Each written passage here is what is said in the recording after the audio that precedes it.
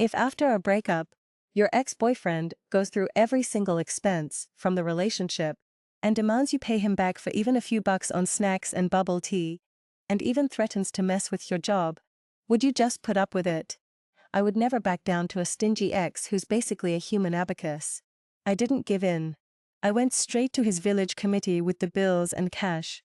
I settled the accounts in front of everyone, making him the only cheap one, and his whole family the embarrassment. The whole village knew it. Ding-a-ling ringed out. I got a new message on my phone. I was wearing a face mask at the time. When I saw that report out of nowhere, I thought Manhwa was joking. Yesterday he said we weren't a good fit. I just said, fine, straightforward. We didn't have that deep a connection anyway. So, let's leave it at that. Anyway you look at it. We parted on decent terms, right? Then he sends me a relationship spending receipt, telling me to pay him back. I open the file again, reading line by line. January 15th, milk tea $8. February 3rd, small cake $5. March 8th, gas and toll fees $79. Even a bag of chips for $6.20 from the supermarket. He split the toll and gas for rides in his car half with me. Calculated down to the cent. Total to $259.7. And he wrote, we parted on decent terms. The time I spent on you, I won't charge you a breakup fee. I won't ask for interest either. Let me know when you can pay me back. And he stuck a smug smile at the end. I stared at that smile for 10 seconds. My lips twitched under the face mask. Not because I was heartbroken, but because it felt totally ridiculous. Like acid reflux, a gut-wrenching disgust that made me want to gag out everything I'd eaten. I never would have imagined, in the 100+ days we were together, every time he bought me milk tea, or a couple bottles of water, he kept track of it all. I thought the crappy guys were just memes online. Never thought I'd meet one. Besides being mad, I felt this weird excitement, ready to fight back. I instantly screenshotted it and posted online asking for help. Emergency. My ex is asking me to pay him back for what we spent while dating. What do I do? My social account has a modest following. All gossip lovers like me who live for drama. Night owls jumped in, commenting excitedly. Streamer. In our village, a guy got married with a $28,000 bride price, 5 years later got a divorce, and demanded the full refund. Now no one from outside has married into our village in years. Same as me, a total cheapskate. He jots down every scallion he buys. Broke up with several girlfriends. He's 38 this year. All the matchmakers around have refused to set him up. He's like a walking broken sign. Reading the comments online gave me chills. Dating a guy who was trash. Laying stuck in a deep dark pit. It's hard to even lift my head. I took a deep breath to calm down. I found Manhwa on WeChat. Are you sure you want to do this? He replied instantly. At 12:15 a.m. Someone who usually says goodnight at 9 p.m. replied instantly. He must have been waiting around. He texted me back. Even close friends settle accounts clearly.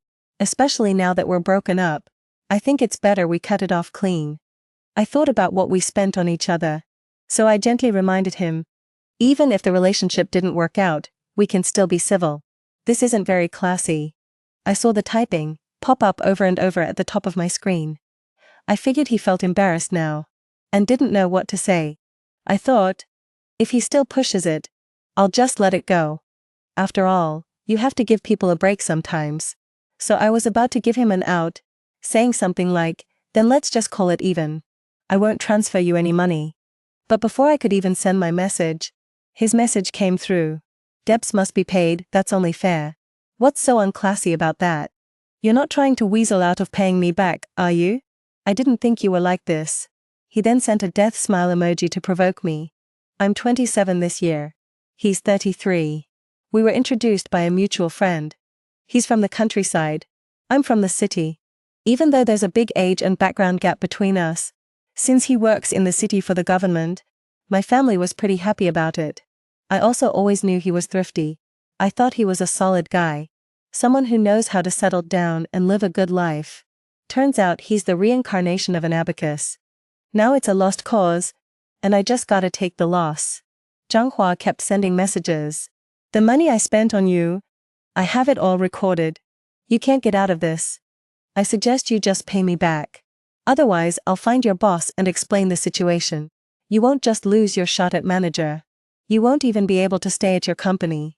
Is he out of his mind? He's a government employee. How could you threaten me with my family business salary? I thought about it for a second. He probably doesn't know what company I work for now. So I didn't call him out on it. Instead, I asked him about the debt. If I remember correctly, I spent money on you too, right?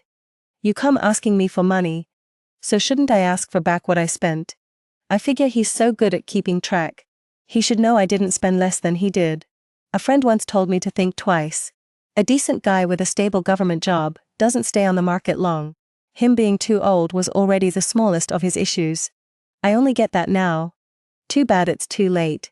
Looking at what Zhanghua sent me. You're willing to spend money on me. That's my charm. People from ordinary families like yours, don't you just want to latch onto my government job status? I gave up trying to talk to him. An apple that looks fine with just one small black spot on the surface. Its core is already rotten and infested with worms. Fine. You want to settle accounts, huh? Then I'll make it crystal clear for you. Down to the last penny. I ripped off my face mask, sat up, opened my laptop, and started building a spreadsheet. The kind with chat screenshots and payment receipts. A complete statement that could hold up in court. As for the bills he sent me, I attached whatever I could find too. The chat screenshots he sent back then. Babe, I bought these strawberries just for you. It's not that much money. As long as you're happy. On Valentine's Day, if others have it, you should have it too. As long as you're happy, I'll send you flowers forever.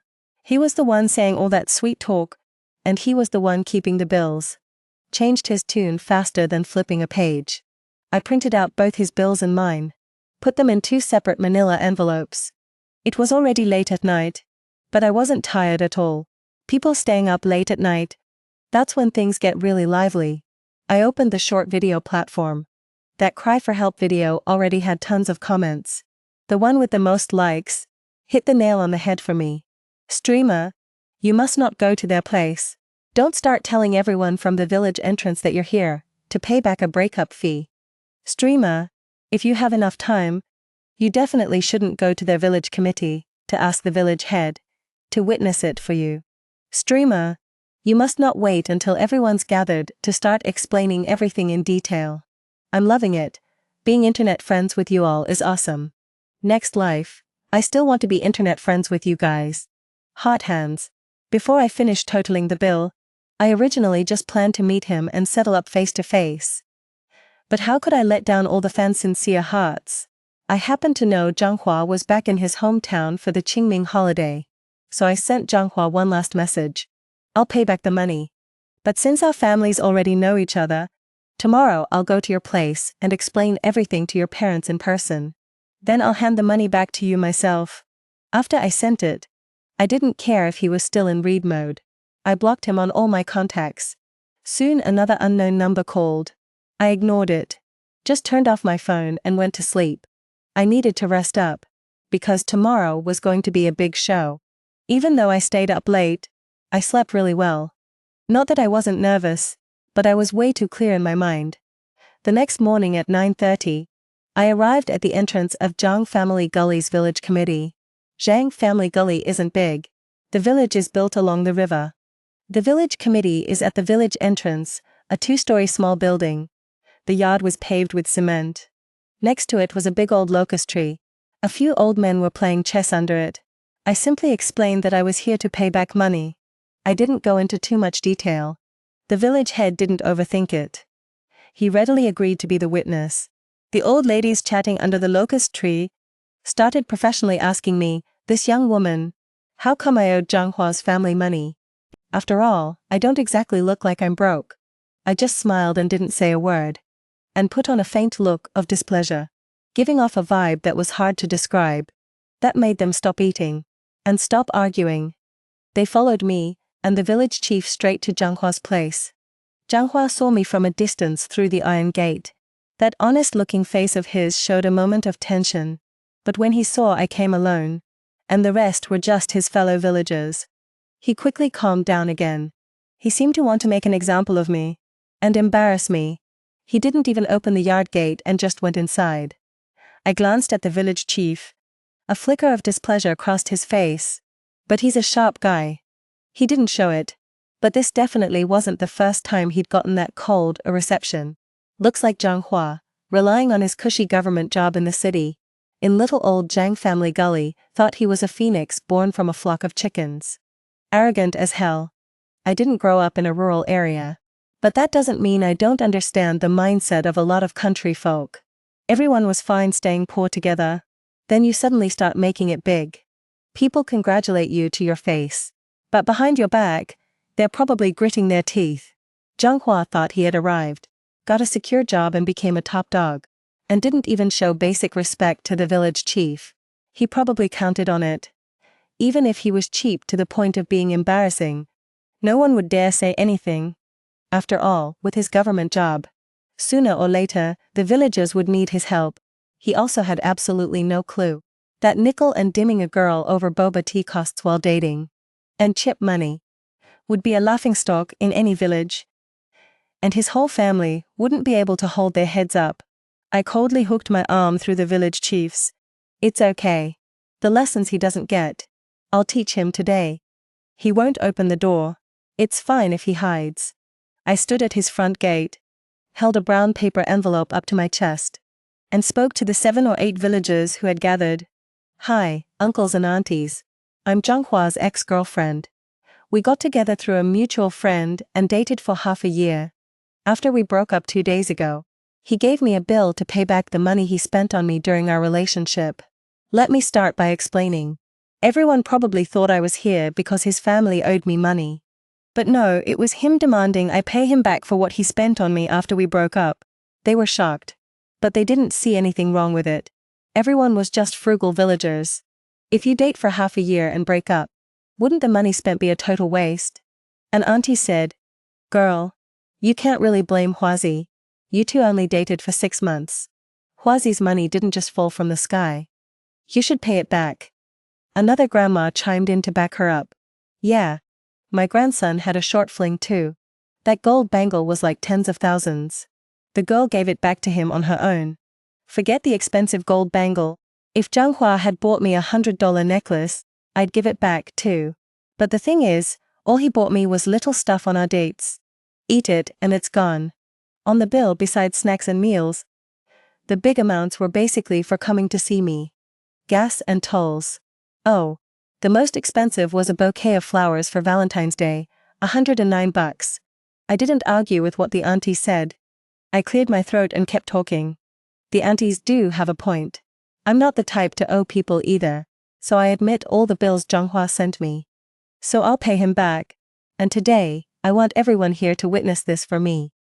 Unlike the quiet yard behind me, I enthusiastically pulled out the papers from the folder and handed them to the village chief to look over. Village chief, this is the list Zhang Hua made for me. Take a look. For a moment everyone, literate or not, craned their necks to crowd around the village chief. They all wanted to see what money Zhang Hua had spent on me. Everyone, hold on. Let me read it out for you. Then I opened the digital version on my phone and read them out one by one. January 5th, bubble tea, $8. Water $2. February 3rd, small cake, $5. February 14th, a bouquet of roses, $109. March 8th, gas and tolls, $79. Bubble tea, $10. In half a year, we actually didn't meet that often. And we didn't live together. We only spent money on eating and drinking when we went out. I finished reading quickly. I put down my phone. For a moment it got quiet. The uncles and the village chief were still processing what I said. And pretty soon whispers spread. Bubble tea money. My granddaughter often goes to town and buys those things with the straws. Aren't those like a few bucks a cup? Oh my god. So this Hua guy is dating her. And now he wants to ask for that 10 or 20 bucks back. Yeah. I thought it was my grandson. Thousands, even tens of thousands. The news spread like wildfire. In less than 10 minutes, over 20 people gathered in front of Zhang Hua's house. The tofu seller at the village entrance even abandoned his stall and ran over. A woman holding a child put the kid down on the ground and squeezed into the crowd. At the small shop next to Zhang Hua's house, A big sister was leaning against the courtyard wall, already munching on sunflower seeds. Her grin stretched all the way to her ears. This is the countryside. Good news stays home. Bad news travels far. The village chief sneered coldly as the villagers crowded around. One by one he flipped open the big thick cardboard, A4 sheets with pictures and text. Those papers quickly passed from hand to hand among the villagers. Some were taking photos. Some were recording videos. The ones filming even narrated live. He's already living off the government's dime. And he's still so stingy. Trying to squeeze even a penny out of Manhwa is harder than climbing to heaven. If you ask me, his family's cheapness is hereditary. The whole family hides when they eat anything, afraid someone might catch a whiff. Exactly. Even a mosquito flying past his house would get a leg ripped off. A fly passing by would lose a layer of skin. This isn't just about Manhwa's reputation anymore. On this Qingming festival, I'm afraid his ancestors will be so mad they'll flip their coffin lids. Right now, Manhwa is still inside the house. But his mom rushed back first. Zhang's mother looked to be in her 60s, short and chubby, walking as fast as the wind. From the look of her, she must have come straight from the fields. She recognized me and came straight over, her face bright red. Her voice was loud enough for half the village to hear. Girl, don't mess this up. That money doesn't need to be paid back. You dating Manhwa is like him burning incense in his past life. Like, I'd let you pay me back. He grabbed my arm as he said it, pulling so hard it felt like he was dragging me away. But I didn't move. Auntie, I said, I really need to pay this back. Why? He was confused. Guess he'd never seen someone insist on giving money away. Because I don't want anyone saying later that Lin Xian owes Manhwa a single cent. Or that I took advantage of him. Zhang's mom opened her mouth. No words came out. Right then, Manhwa finally rushed out of the house in a panic. He squeezed through the crowd from behind. His jacket was all wrinkled, his hair sticking up. He stood in front of me, his face bright red, his chest heaving, like an angry bull. Lin Xian, what's your problem? It's just 2,000 something you gotta pay back. Did you really have to make a big scene and come to my street? His voice was so loud the sparrows on the old locust tree flew off. I looked at him calmly. Yeah, I did. Manhwa snapped at me angrily. You could have just transferred it to me privately. Why'd you come all the way to the village and my house? Are you trying to embarrass me on purpose? Huh. Now he finally realized it was embarrassing. I didn't deny it. Because yeah, I did come to embarrass him. I turned to the people around me. The village chief's expression was pretty subtle this time. Chief, I said, could you please witness this for me? With that, I handed him a small envelope. The chief took it, opened it. Inside was a stack of red bills and some loose cash. Even coins. I said, Chief, old fan, count this. Here's 2,259.7 yuan. Someone laughed. It was the lady from the small shop. No wonder, Manhwa, you've been smart since you were a kid. You sure know your numbers when it comes to dating, huh? This is really something new. Am I right, everyone? The whole crowd burst out laughing. Manhwa's face went from red to a deep purple. His mom panicked and stomped her foot, yelling, Sister Joe, don't talk nonsense. It's not what you're thinking. Sister Joe probably wasn't scared of him. She kept cracking sunflower seeds and laughing. Did I say something wrong? Your son keeps track of every penny he spends on his girlfriend. He even says forget the interest this time. You call that dating? This is loan sharking. The laughter got louder. Manhwa couldn't take it anymore. He yelled at Sister Joe. Mind your own business. Gossip mouth. Oh wow. Getting angry now, huh? Sister Joe rolled her eyes. You did this yourself. And I can't talk about it. The mood was just right. I seized the moment. Village chief, could you count it out? Then hand this money to Manhwa. That settles things between him and me. The village chief nodded. Right in front of everyone, he carefully laid out the bills one by one. With a smirk on his lips, he handed the money to Manhwa. That's 2,259.7 yuan. Not a cent missing. Manhwa, count it yourself. Just then, Manhwa's dad showed up. He was also around 60. Tall and skinny. Not much meat on his face. High cheekbones. When he looked at you, his eyes were like knives. He walked over to Zhanghua. Stopped there. Didn't say a word. Zhanghua instinctively stepped back half a step. And didn't dare take the money. I noticed that detail. And I had a pretty good idea. Who wore the pants in this house? But what I didn't expect was what Zhanghua's dad said next. Zhang's father said one more thing next. He glanced at me, then said to Zhanghua, "How much does he owe you?" Zhanghua froze for a second, and blurted out, "Over 2,000. Then Zhang's dad asked, "How much do you owe him?" Zhanghua was super sure. "I don't owe him anything." "You don't owe him?" Zhang's dad said, sounding both like scolding and warning. Zhanghua glanced at me, about to open his mouth, when his dad yelled at him, "Think before you speak." Zhanghua wasn't as tall as his dad. Seeing him get shut down like that, he'd probably been bossed around by his dad since he was a kid. He was pissed but didn't dare stare his dad down, so he aimed his anger at me instead. "Lin Shan, if you don't want to pay me back, just say it. Who are you putting on a show for?" I spread my hands. "I never said I wouldn't pay you back. Didn't I come all this way to bring you the money?" Some middle-aged guy chimed in with a sarcastic tone, siding with Zhanghua. "You're really not in the right here. I think this girl's being pretty sincere. Don't you all agree?" When one person's down, everyone else just piles on. Zhanghua, who usually didn't get along with people, was getting kicked while he was down. Zhanghua stiffened his neck, still trying to argue his case. "What's it got to do with any of you?" "Shut up!" Zhang's dad yelled at him, cutting him off before he could embarrass himself any further. Zhang's dad shot him a warning look, then turned to the village chief. "Third brother, we don't want this money." Then he looked at me, the girl. "Take this money back. And the money you spent for our Huahua too. Figure out how much. And I'll transfer it to you." As soon as he said that, the yard went quiet for a moment. I was a bit surprised too. I figured he was reasonable after all, so I planned to just let it go after this. But Zhanghua's reaction surprised me even more. His dad had already given him an out, but he didn't know how to take it. He completely lost it, and yelled at his dad, "You're giving money? Why? All that was his own spending money. It's not like I asked him for it." Zhang's dad's face instantly dropped. I saw his hands ball into fists. "What do you know? Shut your mouth." I didn't care about their father-son drama. Because I wasn't done yet. I pulled out a second document from my bag and handed it to the village chief.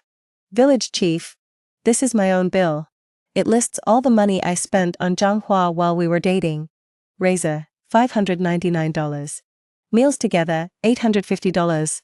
Health supplements for his mom, $1,150. Plus other odds and ends. Total comes to $7,965. The village chief didn't take it.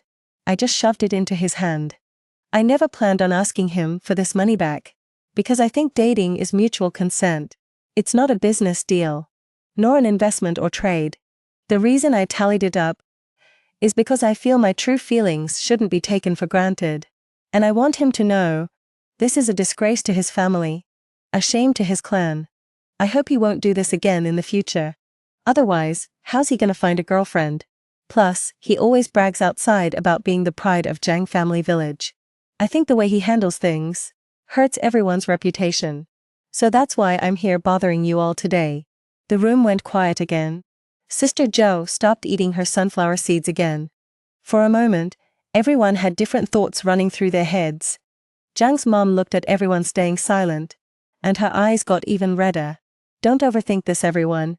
You all know how Awa handles things. He's a capable guy." When he said that, it probably made everyone recall Zhanghua's usual arrogance and rudeness. Their expressions turned even more sour. Zhang's dad glanced at the village chief, whose face had gone completely dark. His fists loosened into open palms, hanging by his sides, trembling slightly. As for Zhanghua, he stood frozen in place, like someone had dumped a bucket of cold water over his head. He must have realized how bad this looked for him now.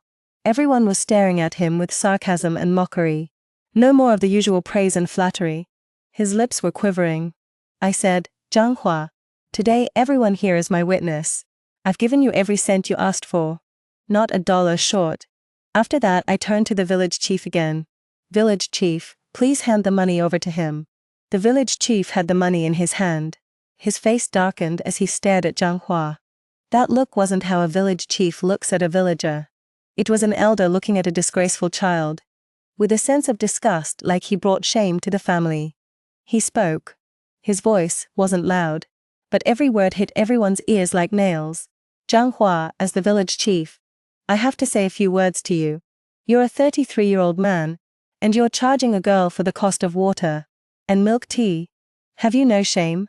His voice went up half a notch. A man should act like a man.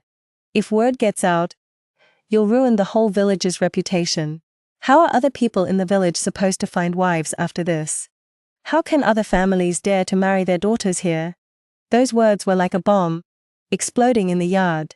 These days, which village doesn't have older single guys who can't find a wife? Those parents hoping to marry off their sons all know that if the village's reputation gets tarnished, even matchmakers won't want to bring people here. Parents looking to set up marriages, when they hear about the local customs, they'll back out. And look at me, I'm not someone easy to mess with either. I came here on my own, with the attitude of making a big scene. For a moment, the laughter stopped. There was silence, whispers.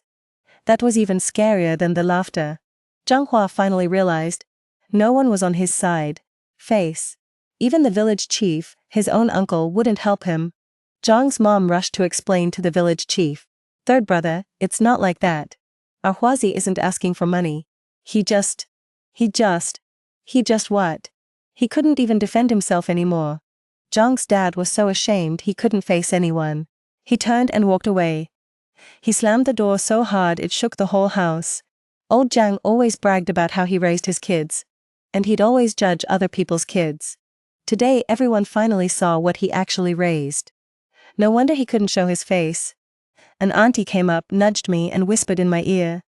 When a kid messes up, the parents are almost never innocent. They're just older, and better at putting on a show. Better at faking it. I suddenly remembered every time I went out with Zhang Hua, his parents would call him and say, so-and-so's girlfriend bought this and that for the family. They're so lucky. And I'd overhear them complaining to Zhang Hua. This razor's broken. Can't even shave clean anymore. His mom would say, I heard from your aunt. That blood tonic your cousin's girlfriend bought him really works. His back doesn't ache. And his legs don't hurt anymore. Looking back now, they were obviously saying that for me to hear. Because every time I heard them sigh, I'd feel bad and buy them stuff. I'd even order it right away. And ship it to them. I bet just now, when his dad said he'd pay me back, and yelled at Zhang Hua for not knowing anything, it was all to save face. He wanted to prove to everyone that they not only didn't take my money, but weren't taking advantage of me either. I had to figure out a way to make them spit that money back out. Zhang's dad left. Zhang Hua's was still standing in the doorway, like a tree stump struck by lightning. He's 33 years old. He used to be the pride of the village. But now the whole village was laughing at him. I said everything I needed to say. I spread the word everywhere I could. The village chief and the villagers were still surrounding Zhang Hua and his mom, scolding them non-stop. I quietly drove away. But the drama wasn't over. That same afternoon, the news had spread all over Zhang family gully. Then the next village over. Then the town. Then the county seat. The countryside rumor mill works way faster than I thought. At dinner time, the video the villagers shot during the day was already getting buzz. The next day, everyone within a 5-mile radius knew that Zhang Jiago had a boba guy. A guy who made his ex pay him back for boba after a breakup. Probably because I blocked Zhang Hua's whole family. They got Sister Joe from the convenience store to add me on WeChat. Sister for Joe half-heartedly said a few nice things on Zhang Hua's behalf, hoping I'd come out and explain. After I flat out refused, she started gossiping with me. She said Zhang Hua was locked in his room by his dad and cussed out all night long. It was really nasty. The next day, Zhang Hua's sister rushed back from the county. The first thing she said when she walked in the door was, Zhang Hua, do you have a screw loose? His sister was known for being a real firecracker. She could tear someone down so bad they'd question their whole existence. That day her voice was so loud half the village heard it. You're 33. If you're not embarrassed, I am. His sister already had a rough time with her in-laws and had offended a lot of people. Now, because of her brother, she was getting mocked by her husband's family at home and gossiped about when she went out.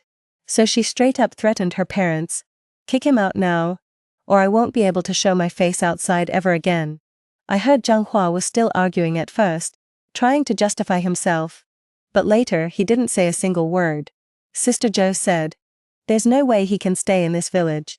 As the story blew up, a lot of matchmakers came asking around. I heard a lot of people don't dare to introduce anyone to Zhang Jiago anymore. Sister Joe only has 2 daughters, and both are already married, so she's not worried at all. The situation got out of hand. Of course Zhang Hua wasn't gonna let me off easy. He came looking for me at my house. He came looking for me at my company. As you'd expect, he got nothing good out of it. The day I went home, I told my parents. They were already waiting for Zhang Hua to show up. My mom threw a bucket of dishwater right at him. Zhang Hua didn't even dare to say a word. He just slunk away. He came to my company. I'd already told my coworkers, so I had security stop him right at the gate. He couldn't even see me. He even thought about reporting my company. Little did he know, his cushy government job was way more vulnerable to a report. I just paid to boost those videos online, push the traffic. Once the buzz picked up, news soon reached his workplace. That kind of government office naturally finds him a rival. He couldn't swallow that anger, so he started making up lies online to smear me too. Little did he know, I was just waiting for him to make that move. I posted that bill with screenshots and details, and even unblocked him. Some netizens called him out. "That girl delivered over 2,000 to your home. Can you pay back what she spent on you?" To prove himself, Zhang Hua transferred the money to my WeChat and immediately screenshot it and posted it. I said in front of his village folks that I didn't want the money. The video caught it all. So of course I couldn't accept it. Good thing the netizens are sharp. Why transfer to WeChat? Don't you know she has Alipay? Is he waiting for her to take the money so he can turn around and bite her back? Zhang Hua was trapped, so he had to transfer it to my Alipay instead, and it went through instantly. I saw the payment notification and felt satisfied. I refunded the WeChat transfer and blocked him all over again. Everyone's busy, so after a couple days of drama, no one really cared about what he said next. After all, even bad publicity is still publicity. Can't let him make money off it. Sister Joe later told me he got reassigned to a rural post. That grassroots job is no joke, and the villagers talk even harsher. Later I heard he quit, moved somewhere else, cut ties with everyone, and didn't even come back for New Year's. Zhang's mom later tried to find a matchmaker for him, but they told her not to dream. What girl would still marry him? Every time Zhang's mom would sigh and say, "Huazi is actually a good guy. He just knows how to live frugally." One matchmaker put it bluntly, "A guy who'd ask for milk tea money back? Whoever marries him is in for a bad time. If I set him up, I'd ruin my own reputation." Zhang Hua's marriage prospects were completely shot in the whole area. Knows how to live frugally is probably the biggest irony of Zhang Hua's life. He doesn't know how to live. He's not fit to be in a relationship. Not fit to be in a relationship with anyone. That place, Zhang Jiago, got branded with shame because of him. According to Sister Joe, later the men in Zhang Jiago all became generous and proper, just to win back their reputation. The biggest upside was that women's status in the village went up. In Sister Joe's video, the village chief at a town meeting made a speech without naming anyone. "Our village's young men, when you're dating, be generous. When you break up, be generous too. Don't be cheap and let folks from other villages laugh at you. A man should act like a man. Stand tall and proud. Don't lose face over pennies." No one in the audience said a word. I took a look around. Zhang's dad didn't show up that day. Later people asked if I regretted it, if I was afraid of being seen as rude. No one would want to marry me. I smiled and said I didn't regret it. Meeting a bad person was my bad luck. But it wasn't my fault. A family that can't see reason, doesn't know right from wrong. I'd rather stay single forever than marry into that. But the truth is, I later met someone who admired my courage, my boldness, and my husband and his family love me for it. I'm going to live a good life. But him, not so much. The end.